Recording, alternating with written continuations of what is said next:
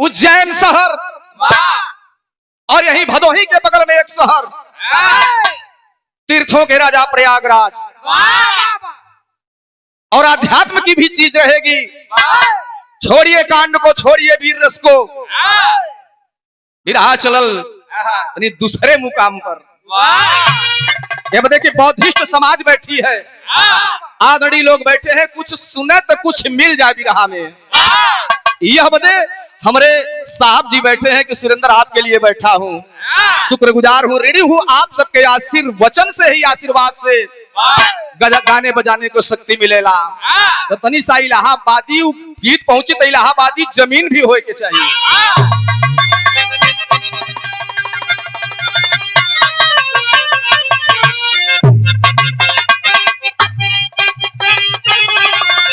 कि जरा यू जोरू और जमीन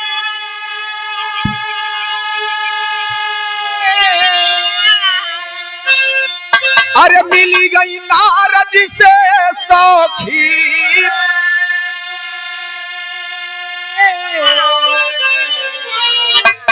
जे के चाहे कई दई कौड़िया के तीन।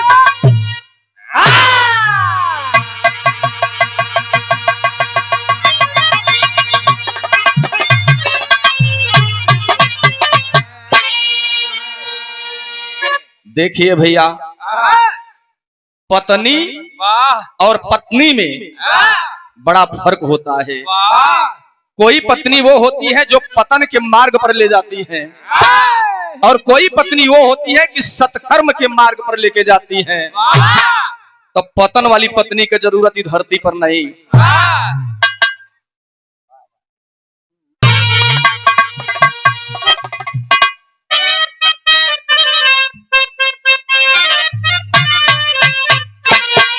है गजल बाकी अरे आए खुदा तू, अरे आए खुदा तू बड़ा ही मददगार है। अरे खुदा तू बड़ा ही मददगार है, अरे खुदा तू बड़ा ही मददगार है, अरे खुदा तू बड़ा ही मददगार है। सबकी बिगड़ी बनाना तेरा काम है।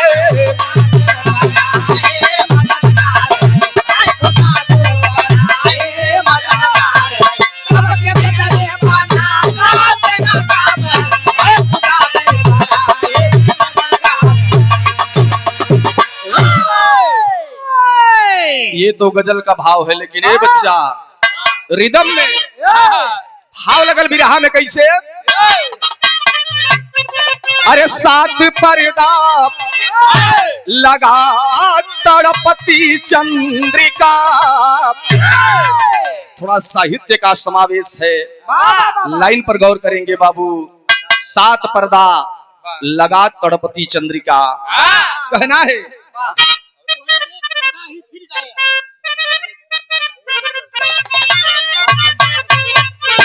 अरे सात पर्दा अरे लगा तड़पती चंद्रिका, रो रो आंसू नयन से बहाया करे।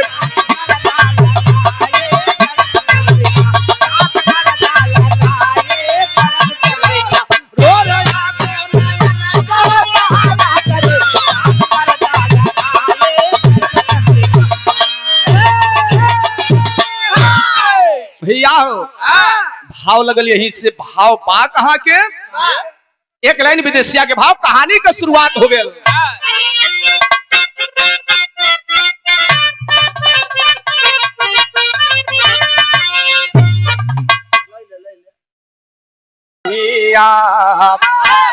सुघरता के रहली मिसाल हो, सुघरता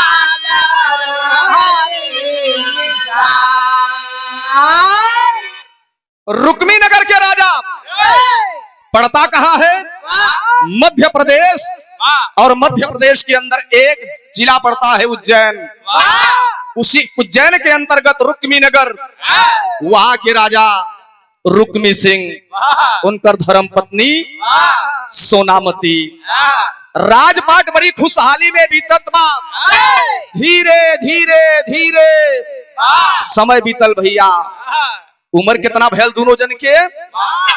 एक जने के 48 साल, एक जने के 42 साल। लेकिन प्रदीप भैया कोख सुना रही गयल, कोख वीरान रही गयल, घर आंगन गुलजार ना भयल। राजा रुक्मी सिंह सोचे लगलन कि बड़ी गलती कहीं न कहीं कर्म से भइल बा। लोग पूजा करते हैं, पाठ करते हैं, मैं भी पूजा पाठ किया, लेकिन कोई देवताओं के घर से सुनवाई नहीं हुई। लोग कहते हैं कि कल्पवास किया जाए तो बड़ा पुण्य मिलता है। सोचलन, विचार कैलन। उसी समय उसी दौर में मास्टर भैया तीर्थों के राजा प्रयागराज में महाकुंभ लगा था। उज्जैन के राजा रुक्मी सिंह अपने रानी सोनामती से कहलन कि ए सोनामती, चला दोनों परानी चल के 1 महीना कल्पवास कर आई। हो सकेला हमार जवन पुण्य बा वो फिर से उपज जाए और भगवान इस राजपाट के लिए कोनो न कोनो दुलरुआ दे दी हन। रानी सोनामती से कही के राजा शाम की सुतलन। रात बीतल, भोरही हुआ और भोरही में उठ के राजा स्नान कई के तैयार हो के अपने सोनामती से जाके कहलन कि सुनो सोनामती, चलो तैयार हो जाई। बिरहा में तर्ज लगल।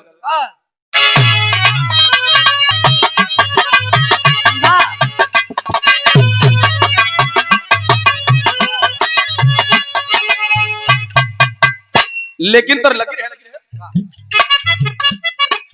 तर्ज से बढ़िया फर्ज बा। एक दिन राजा विचार मन में किया सुकुमार,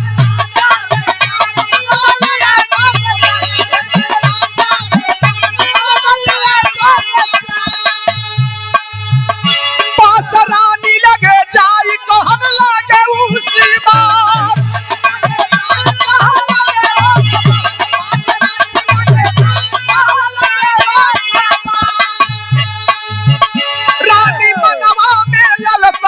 धीर बाटे हो जनी कराई न कारई हर जी हमार सुना यार जी आखिर बाटे हो।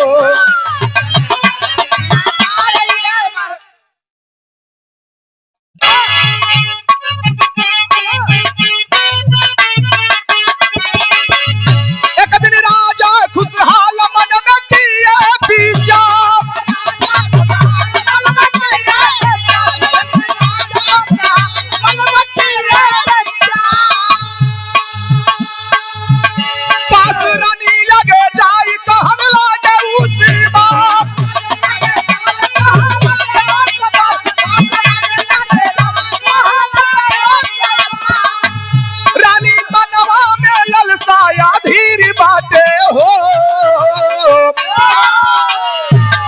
जनी कराई न कार्य होई जाई बिगड़ा रही है ललसाया खीर बाटे हो।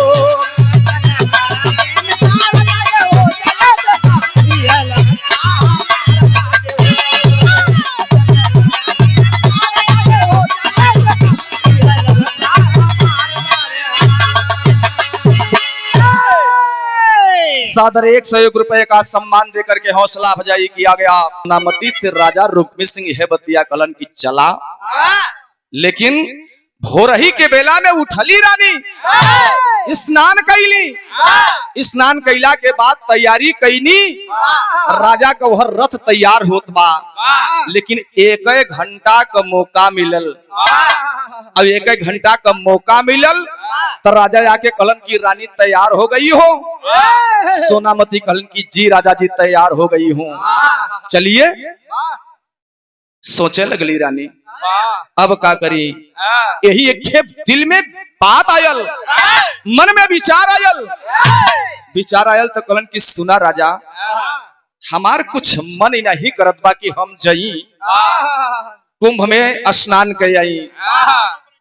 दिल में कुछ तकलीफ बा, शरीर में कुछ हरासमेंट बा। ऐसन करा राजा, हम चल जाई तू हूँ चल जाइबा, दिक्कत हो जाई कि राजपाट देखी के ऐसन करता तू चल जाइता और हम यही रह के संतरी मंतरी के लेके तुहार राजपाट देखत रही।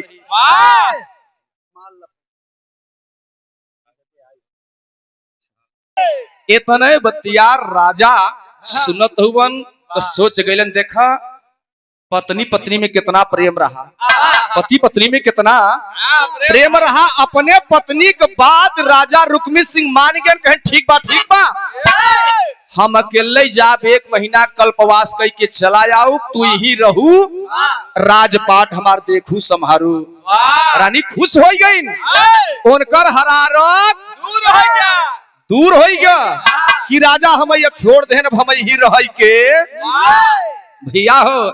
इतना कही के और जात की बेरा में एक बात कहलन, चलते चलते एक पुजारी कहन कि ऐसन बा अगर वो रह जाही तो कल्पवास अधूरा रह जाए, पूरा न हो, उन्हें ले आई के चला। अब पंडित जी के कहे के अनुसार फिर गए, और जब फिर गए तब रानी हाथ जोड़ के पंडित जी के सामने और राजा अपने स्वामी के सामने कहलिन, बिरहा में तर्ज लगल।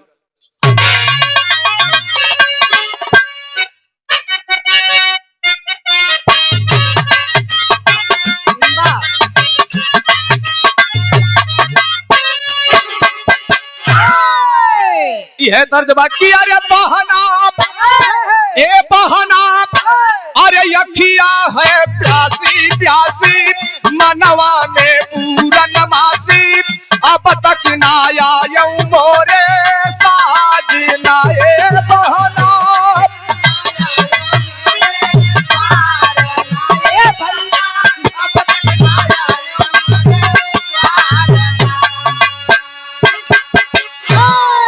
ए हमार स्वामी जी, ए हमार स्वामी जी, सैया जी एक हमारा बात सुन ला। अरे ये राजा ए हो राजा, हम नाही जइबई मेला, आप ही चली जाए अकेला, ले ले आइहा एगो हमारी चीज हो।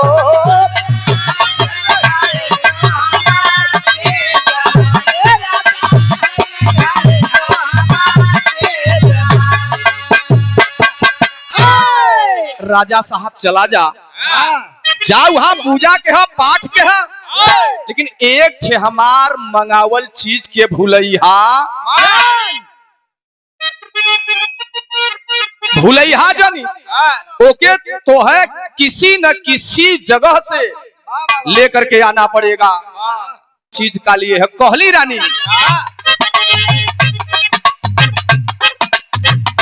सुनीला बतिया हमारी सजना,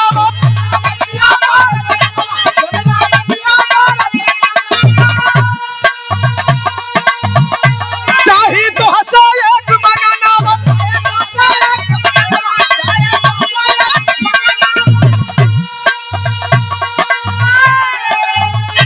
चाही तो हंसे एक मगना, राजा हम नाही जइबई मेला, आप ही चली जाए अकेला, ले ले आइहा एगो हमारी चीज होए राजा।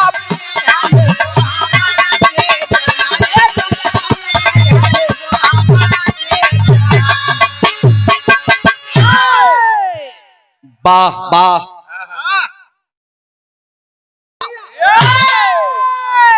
इतने बतिया रानी कली कि हमारे एगो चीज जइहा त ले ले आइहा, उ नइहा काशी में मिली, न काबा में मिली, न मथुरा में मिली, न उज्जैन में मिली, कहा मिली?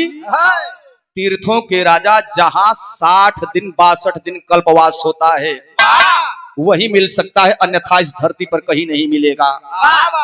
शादर 251 रुपए का आशीर्वाद सूरज यादव फत्तूपुर भदोही की ऐतिहासिक सरजमी से हमारे धर्म के दुलरुआ भैया की ओर से प्रदान हुआ है। भाई के दिल से धन्यवाद, मालिक सुखी रखे, परिवार आबाद रहे। एगो चीज हमारे लिए यहाँ कवन चीज अब ना बताई, जब रथ पर बैठ जाइबा सारी सामान ले लेबा तो चलते चलते वही तोहरे कनवा में बताई कि कवन चीज हमके चाहिए। बिरहा में तर्ज लगल,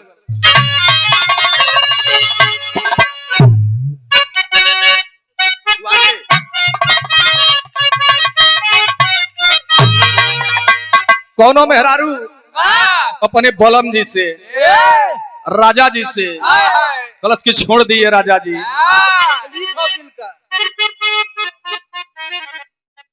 तर्ज का बाप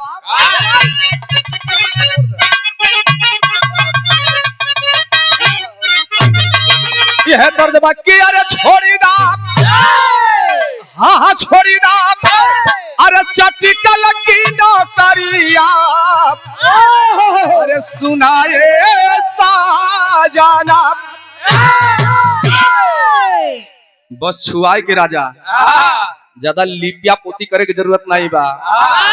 रानी कहलिन कनवे में बताई राजा बैठ गईलन रथ पर का भइल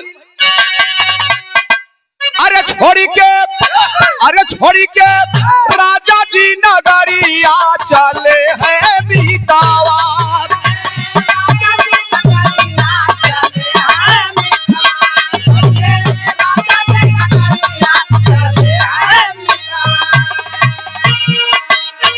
आए हैं राजा प्रयाग तीर्थ धाम के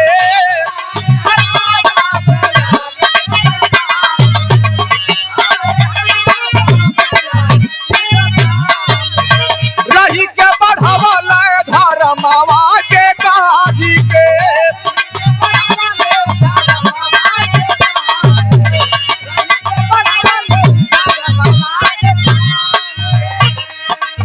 चचा लोगन भैया लोगन बाबू लोगन चले आए राजा जी कनवा में रानी बताए देहली हमारी है चिजुइया चाहिए।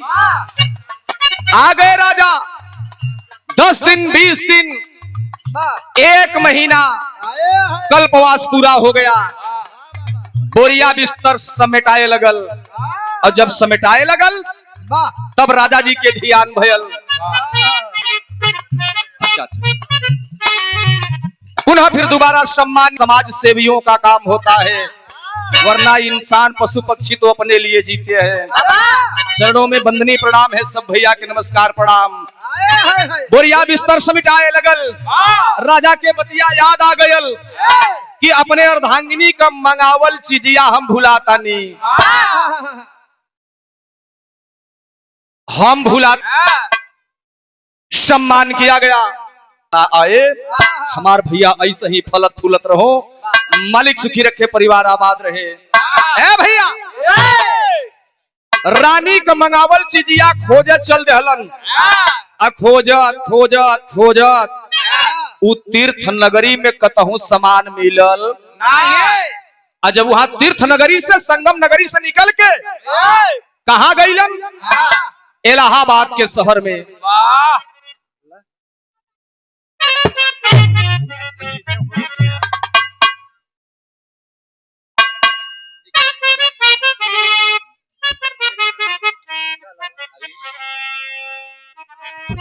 तर्ज लगल तेरी के बाद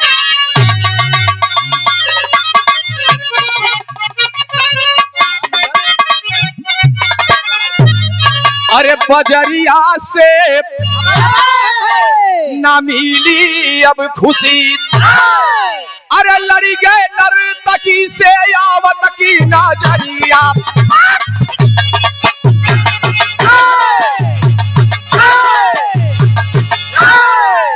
आ गई शहर में घूमत घूमत भैया कहीं रानी का मंगावल चीज मिलत नहीं बा।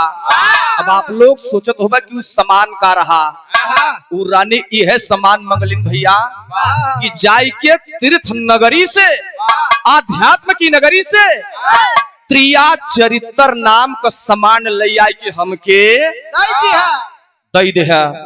अब राजा वही सामान खोजत है खोजत खोजत संतों की नगरी में महात्माओं की नगरी में ऋषि मनीषियों के खेमा में त्रिया चरित्र नाम का सामान कहीं नहीं मिल रहा है।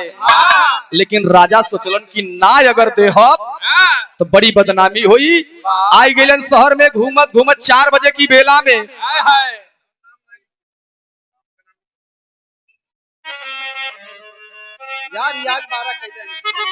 और सम्मान किया गया। भौरा भदोही के नाम से विख्यात और हमारे भाई विरहा जगत के बड़े ही शानदार फनकार दीनानाथ यादव हंसमुख हरदम बाह पुजाते हैं। आप दोनों भाई की ओर से 201 रुपए का आशीर्वाद देकर के हौसला अफजाई किया गया। माँ विंध्याचल वाली की कृपा बरसे सब भैया के नमस्कार प्रणाम। याद बताए दे यार भैया। नहीं जरूरी है। पूछ गईलन एक शहर के एक बंगला के पास, बंगला नहीं कह रहल जानत हुआ मकान, मकान विनोद भैया 3 महला के, वही नीचे बैठ गईलन। 4 बजल बा, आवाज के करावत बा, घुंघरू के, तबला के। वो आवाज सुन करके राजा सोचत हुवन कि यहाँ ई कोठे पर होत का बा। तबले लास्ट सब आदमी उतर करके चले गए गीत संगीत का आनंद लेकर के। आखिरी में उतरती कौन है? रूपाबाई नाम की एक नर्तकी। रूपाबाई नीचे आती है, देखती है राजा मायूस है, माथे पर पसीना है, कंधे पर हाथ रखती है। क्या बात है ए इंसान, क्या बात है? तब राजा बोल पड़े कि ए नर्तकी, मुझे त्रिया चरित्र नाम का सामान नहीं मिल रहा है, सामान नहीं मिल रहा है। ऐसा है अगर ऐसे खाली हाथ जाएंगे तो रानी सोचेंगी कि मेरी अर्धांगिनी। और पुनः देखिए आप लोगों के बीच में आकर के बहुत हौसला अफजाई किए। बकरी खुल के या चरित्र नाम के सामान राजा के सामने हौसला बड़े जोर से। राजा मतिया तो हार बउरा गयल बा, तू आयल हुआ यहाँ त्रिया चरित्र नामक सामान खोजे। त्रिया चरित्र नामक सामान तो तोहरे राजे में बा। राजा उठ के खड़ा हो गए। क्या कारण की? हाँ वही तोहरे राजा में बा और तोहरे शहरे में बा।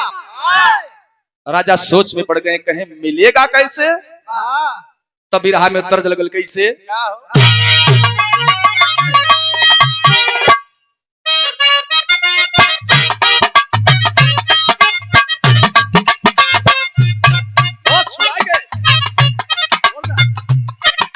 बड़ी बढ़िया लाइन।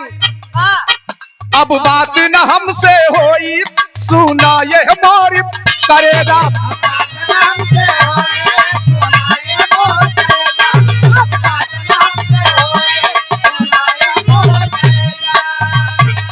केले बाहरू मोबाइल, केले बाहरू मोबाइल, मोबाइल अपन ले जा।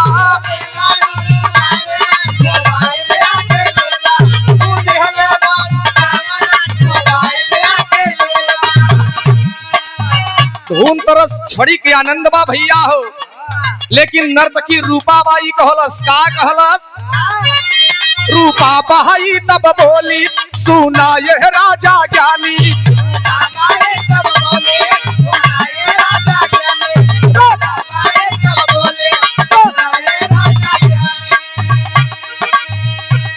विश्वास करा हम देव, विश्वास करा हम देव, मंगले बाई जे रानी। विश्वास करा हम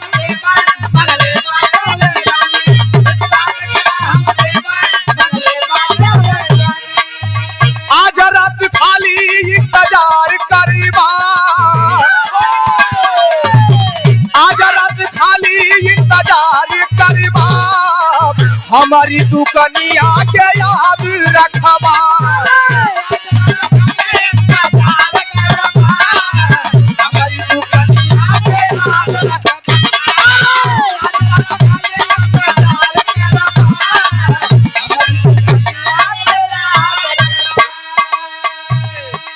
ए राजा जी, एक रात तुम्हें हमको देना पड़ेगा। राजा की आंखें लाल हो गई। नर्तकी की जात बस तुमको यही सूझता है। हम एक धर्म प्रिय राजा हैं, न्याय प्रिय राजा हैं, हम ऐसे रास्ते पर नहीं चलते हैं।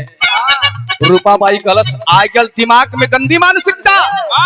मैंने आपसे एक रात मांगा, आपकी शरीर नहीं मांगी।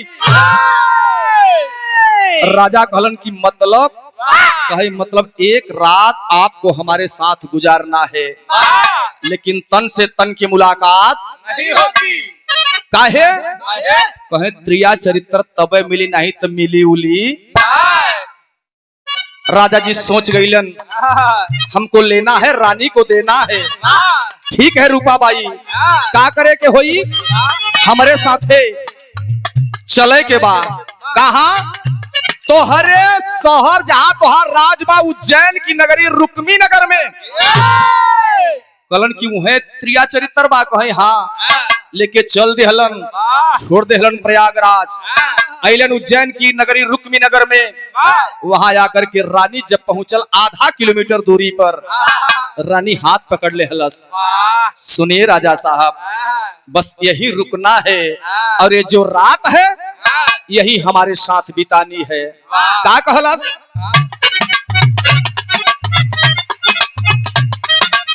होई गयल रतिया जब भइली बिहान हो, राजा जी होई गयल रतिया जब भइल बिहान हो, राजा जी हो पूछे लगल कहवा दुकान हो।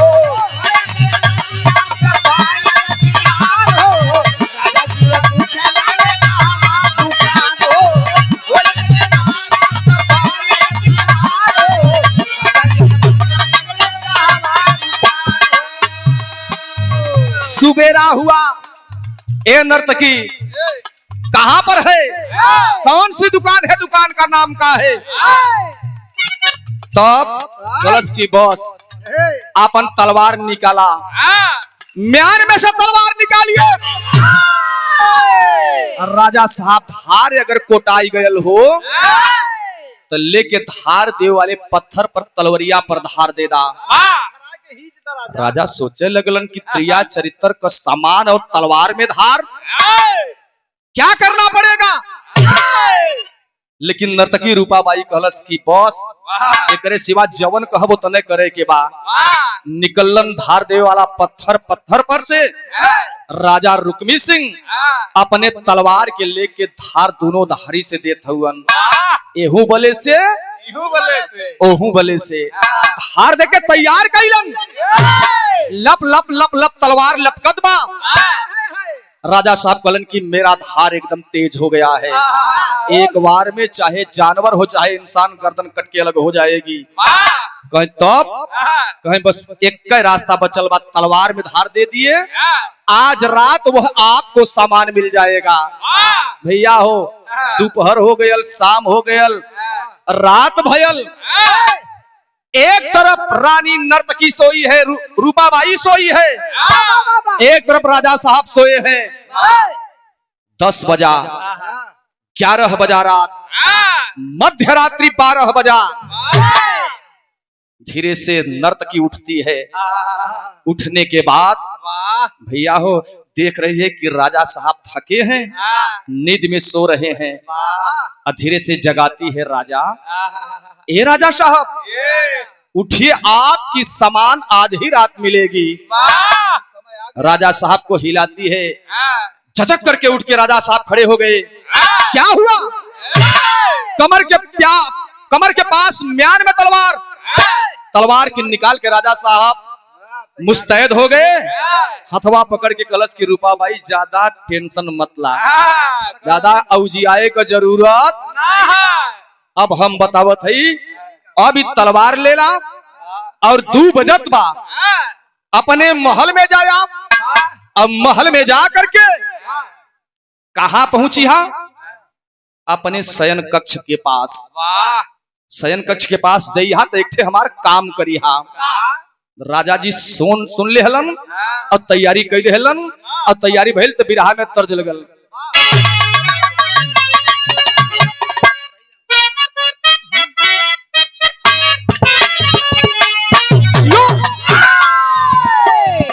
सम्मान किया गया हमारे प्रदीप कुमार यादव, दिल के दुलरुआ, हमारा अजीज साथी, हमार जिगर का टुकड़ा, आपकी ओर से 100 रुपए पुरस्कार।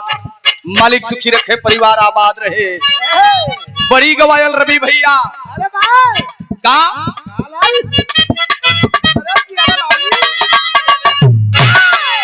हम गवनवा नाही जा, हम गवनवा नाही जा, हम गवनवा नाही जाब नई नई प्रीत लगी अहिरा नवाब नई नई प्रीत लगी अहिरा नवा हम गवनवा नाही जाब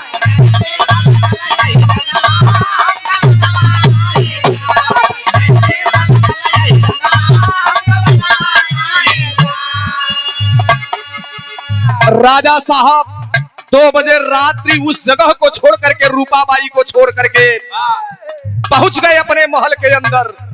भया क्या हुआ क्या?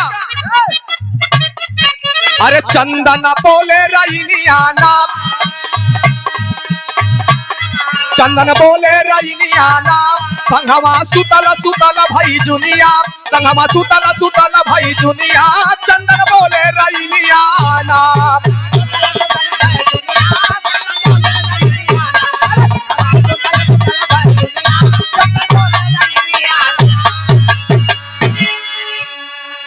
अरे राजा पहुंचे महल के भीतरी पहुंच गईलन राजा साहब महल के भीतर। कौनो दरवाजा पर ना झकलन, कौने दरवाजा पर गईलन? अपने शयन कक्ष वाले दरवाजे पर। वहां दरवाजा पर पहुंचलन भैया हो, देखलन दरवाजा बंद नहीं था, केवल पल्ला सटाया गया था। और जब पल्ला सटाया गया था तो रूपाबाई कहले रहल कि जइया तलवार हाथ में रहे के चाहिए, अलर्ट रहे के चाहिए। एक बाद पल्ला तोहार बंद ना रही, पल्ला केवाड़ी पर लाक ना रही, धीरे से दरवाजा के खुलिहा, लेकिन पूरा मत खुलिहा, देखे खातिर खुलिहा। राजा साहब को है कैलन जाकर के हौले से जब ही दरवाजा का एक राइट वाला पल्ला धीरे से सरकौलन। जब पल्ला सरकल तो भैया हो भैया भयल का आल्हा के बाद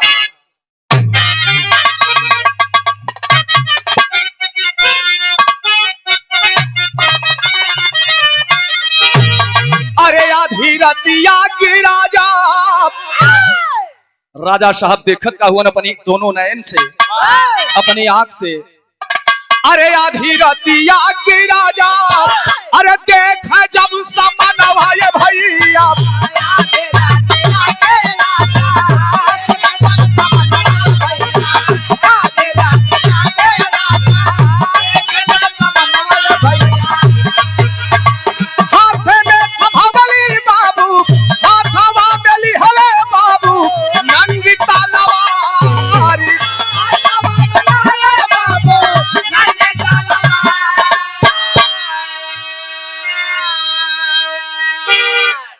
सम्मान किया गया। तलवरिया झटक करके गिरे चाह तो तबले संभार लेहलन और संभरलन तो देखलन का अरे पड़ली जब नजरिया बाबू पड़ली जब नजरिया बाबू से जिया के ऊपरा सुनीला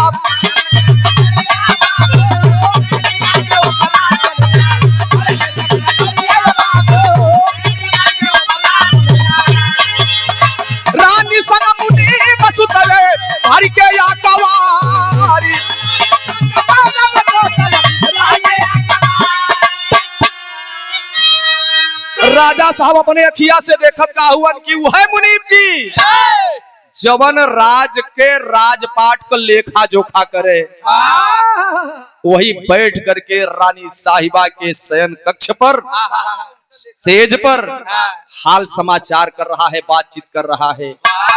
राजा सोच गए कि रानी ने हमारे साथ धोखा किया, मेरी अर्धांगिनी होकर के मेरे साथ छल किया। अरे जेके अपने जान से प्राण से बढ़ के मनली वो हमरे साथ धोखा कैले बिया। मैं पुण्य क्या किया, वहां पर आया जा करके रूपाबाई से कहता है ए रूपाबाई मैंने तो जा करके वहां देखा तो कोई सामान नहीं। आप बोल रही थे कि सामान वही है, कहे कि अबे तोहरे माइंड में ना आयल, अब ना समझला। ई है त्रिया चरित्र दैयो न जानम, तोहार के औकात भाई राजा साहब। तोहरे बस के बात नहीं की भैया। वही कहली ना कि पत्नी वो होनी चाहिए जो सत्कर्म के मार्ग पर लेके चले। मांग में 7 चुटकी सिंदूर डाला जाता है कि 1 जन्म नहीं 7 जन्मों तक रिश्ता कायम रहे। लेकिन आज कलयुग में कहीं होत बा तो कहीं नहीं होत बा। वही राजा साहब वहां से लौट करके आए, आत्मग्लानि हुआ, का कर अभी धरती पर जी करके आते हैं। वही तलवार लेकर के कैलन का वही लगे।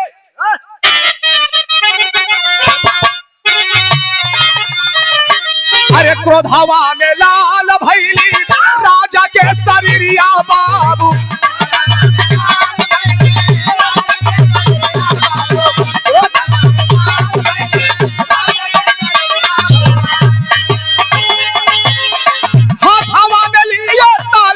वारिया उठाया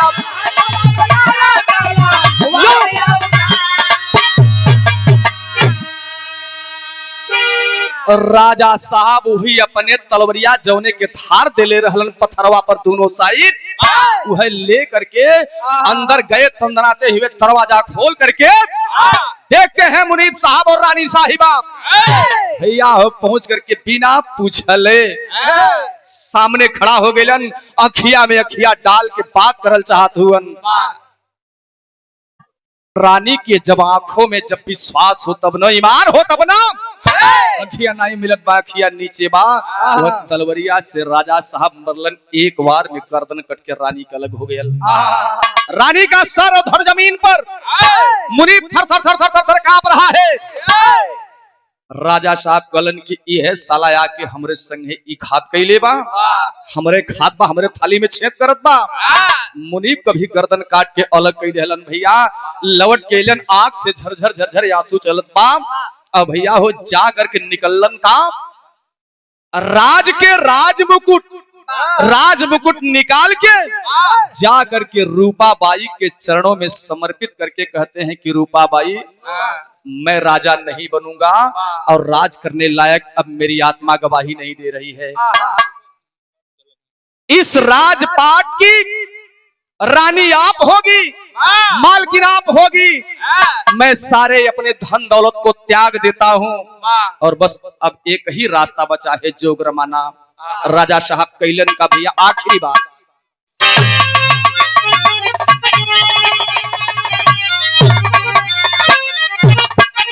अरे तई के रूपा पाई के कुली राजा रजिया तया बने रानी के कारणवा पानी गईले है जोगिया।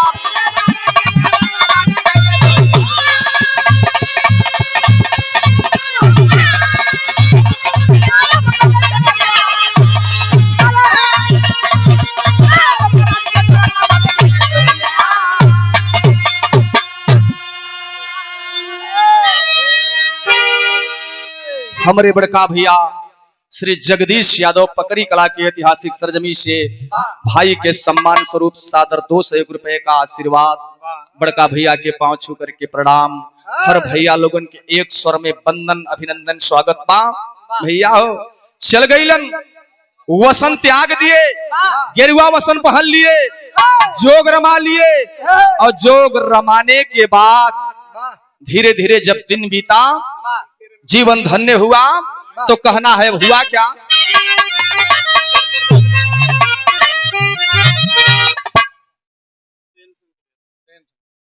और सम्मान किया गया हमारे बड़का भैया श्री प्रेम शंकर यादव के कर कमलों से 200 रुपए का सम्मान। बड़का भैया के पांव छू करके प्रणाम, अभिनंदन बा, स्वागत बा, सब भैया के प्रणाम।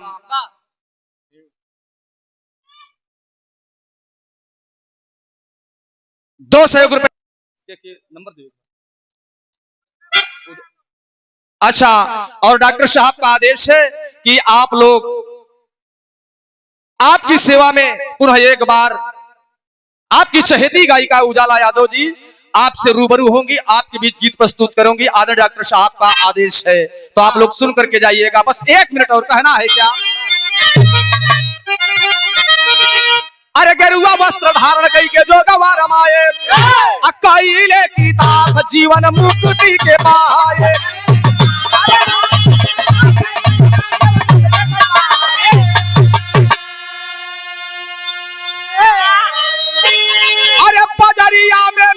ना खुशी, अरे बजरिया में मिली ना खुशी। सुरेंद्र यादव पूजे पंचन के पायरिया, बजरिया में मिली ना खुशी।